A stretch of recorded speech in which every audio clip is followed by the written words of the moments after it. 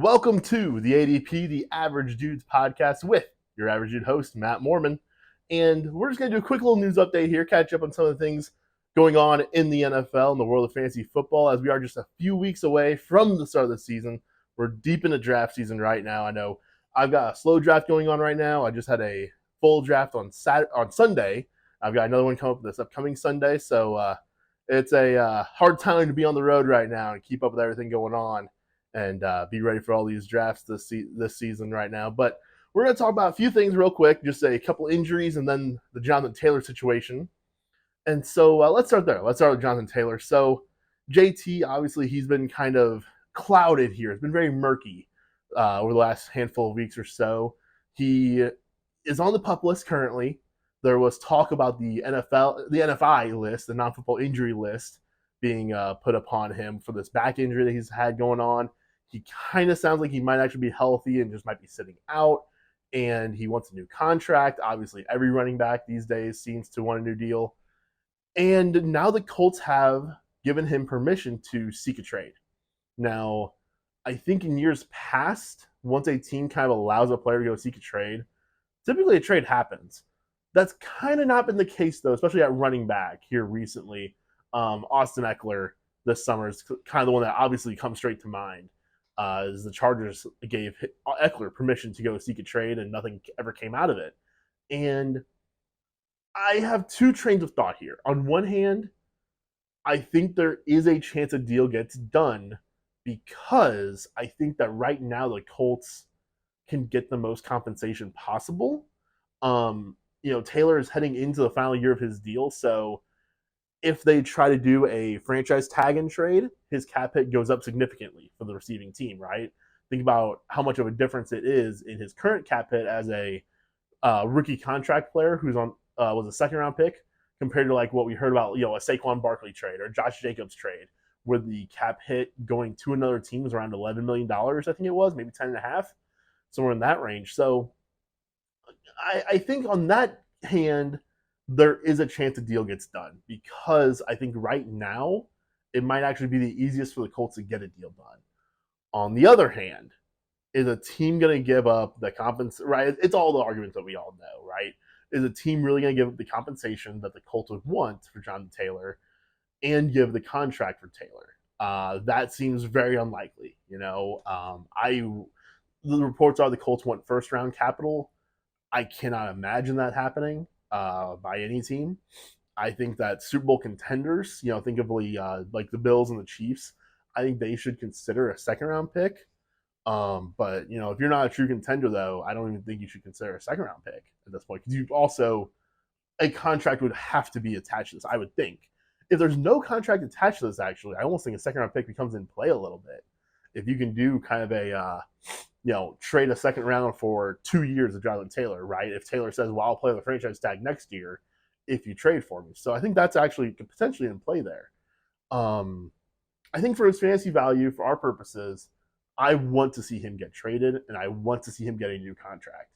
Because currently, as is, I'm concerned about the potential of a hold in, lasting in, and then him not playing under the most minor injuries, right? I think personally, maybe it's just because I'm a Lamar Jackson fan, but I thought Lamar's injury was significant, and he did not play for viable reasons last season.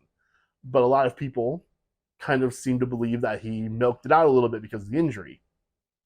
I think that's something that we have to take into consideration with Jonathan Taylor here, is if he is not traded, he's on a team he does not want to be on, a team that is not winning, and he wants a new contract. The most minor injury might become an 8-week thing with him then, right? So I think that's something to consider. Taylor, for me, man, I'm still moving him down. At this point, I think he's like a late round 2 pick for me. With those super early picks, I tend to play a little bit more conservative. Sure, there's the upside that he was RB1 2 seasons ago, right?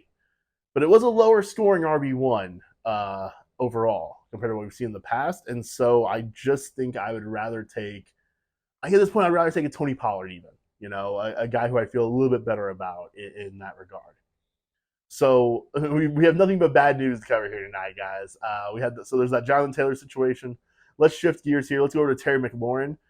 He suffered a turf toe injury a sprained toe against the Baltimore Ravens as the Washington Football Commanders finally ended the Ravens' winning streak of the preseason. I was very saddened and heartbroken to see it end personally. It's one of my favorite random things in NFL history is the Ravens' preseason win streak. But Terry McLaurin, in getting that victory, they sacrificed their wide receiver one a little bit here. So it sounds like he'll be good to go week one. It sounds like, some are calling it more of a day-to-day than a week-to-week type injury. And that's great and all, but I am concerned about that lingering. Those lower body injuries, pretty much across the board. Once you suffer one, I get nervous about you for the rest of the season. And toes are no different, man. We've seen that zaps guys for significant portions of time. And even if he plays, maybe he doesn't play great, especially when you think about a player like Terry McLaurin, where his best skill is his route running. And that's a lot of very quick cuts, quick movements on your feet, quick feet.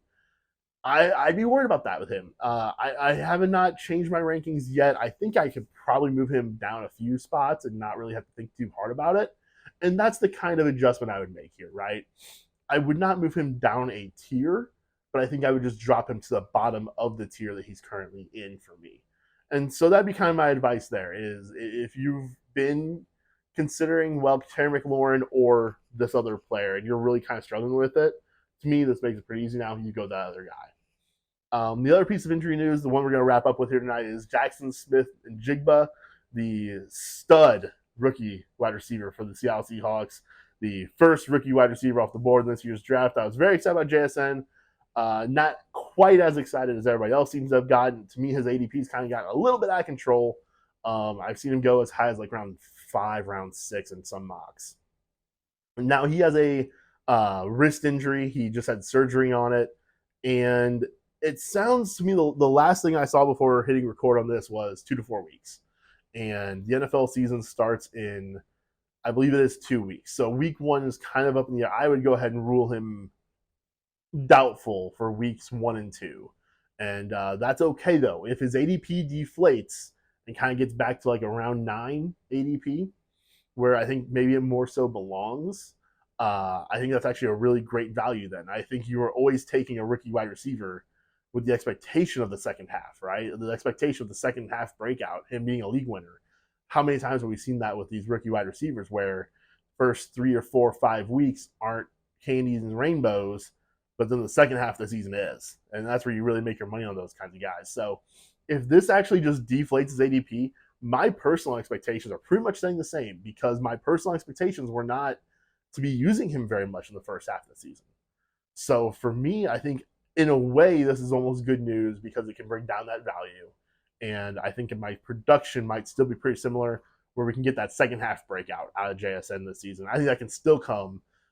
Certainly in that offense, he does have to contend with a DK Metcalf. He does have to contend with Tyler Lockett. He does have to contend with 2 running backs that are both going to get the ball too in that offense. And, he needs Geno Smith to be the Geno Smith of last season.